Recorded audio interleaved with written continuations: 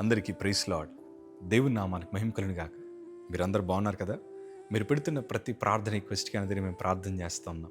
మా ఆశ అంతా ఒకటే, ఎక్కడైతే మీరు తృణీకరించబడ్డారో, ఎక్కడైతే వెలివేయబడ్డారో, ఎక్కడైతే గుండెలు పగిలిగిచ్చారో అదే స్థలాల్లో నా ప్రభు మీ అందరినీ హెచ్చించబోతున్నారు. విశ్వాసంతో ప్రార్థన చేయండి. ఘనమైన విజయాలు ఖచ్చితంగా నా ప్రభు మీ అందరికీ దయచేస్తారు. God bless you all. ప్రియ సంగమా, ఈ వీడియో చూస్తున్న మీ అందరికీ నా ప్రభు విజయం దయచేయబోతున్నాడు. మన బ్రతుకులో విజయం రావాలంటే మన జీవితంలో ఉండాల్సిందంతా ఒకటే, విశ్వాసము. ఈ పదాన్ని మీరు చాలాసార్లు వినుంటారు కదా. ఎందుకంటే విశ్వాసము లేకుండా దేవునికి ఇష్టడే ఉంటే అసాధ్యము. ఈ పదం కూడా మీరు వినే ఉంటారు కదా. విశ్వాసము చాలా బలమైనది. క్రీస్తు రక్తము చేత కడగబడిన ప్రతి ఒక్కరికి ఉండాల్సిందంతా ఒకటే, విశ్వాసం. ఎందుకు విశ్వాసం ఉండాలంటే దేవుని వాక్యం స్పష్టంగా సెలవిస్తుంది. హెబ్రీయులకు రాసిన పత్రిక 11వ అధ్యాయము 1వ మాట చదవగలిగితే, విశ్వాసం అనున్నది నిరీక్షింపబడి వాటి యొక్క నిజ స్వరూపమును, అదృశ్యమైనవి ఉన్నావనుటకు రుజువై ఉన్నది. అదృశ్యమైనవి ఉన్నావనుటకు రుజువై ఉన్నది. ఇది ఎంత అద్భుతమైన మాట అంటే, జరగవు అనుకున్నవి జరిగించగలడు.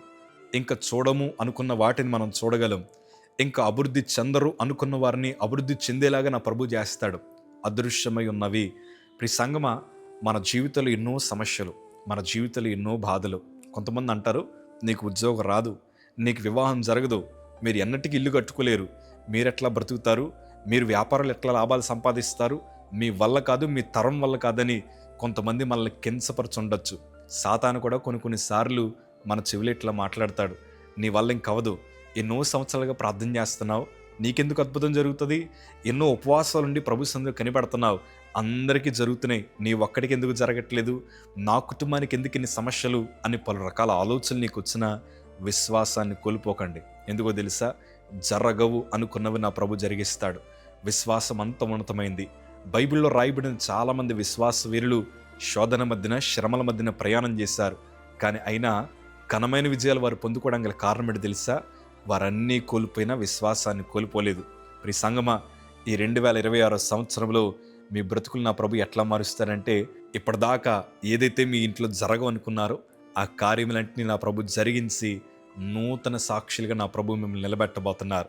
ఎందుకు ఈ మాట అంటున్నానంటే, ఈరోజు మీ ముందర బ్రతుకున్నానంటే కారణం నేను గొప్పవాడినను, నేను పవిత్రునను, నేను ప్రార్థనాపరునను కాదు, కానీ విశ్వాసాన్ని చేతపట్టుకున్నాను. నా చెవిని చాలామంది ఇట్లా మాటలు చెప్పారు, ఇంక బ్రతకడండి, తీసుకెళ్ళిపోయి ఆఖరి కోరికలు ఏమన్నా తీర్చేయమన్నారు. మీరే గనక ఆ సమయాన్ని నా దగ్గరికి వచ్చి, అయ్యా నీ ఆఖరి కోరిక ఏంటో చెప్పు అంటే, నొప్పి తెలియకుండా విషమిచ్చి చంపేయమంటాను. మీ ఇంట్లో మిగిలిపోయిన ఎంగిలి మెతుకులైనా ఉంటే తీసుకొచ్చి నా చేతులు పెట్టండి, కడుపు నిండా భోజనం చేస్తానని చేతులు పట్టుకుని బ్రతిమాలుకుంటాను. అలాంటి స్థితి మధ్యనున్న నా జీవితంలో దేవుని వాక్యం ద్వారా బలపరచబడ్డాను, విశ్వాసాన్ని పెంచుకున్నాను. అందరూ అన్నారు, ఇంక తీసుకొచ్చేయండి కాకినాడ, గదిలో పడి చచ్చిపోతాడన్నారు. కానీ మా తల్లిగారు, మేము, మా కుటుంబం, మా సంఘమంతా నిలబడ్డాం, మా ప్రభు కార్యం జరిగిస్తాడని. ఆ విశ్వాసము నా ప్రభు చూశాడు.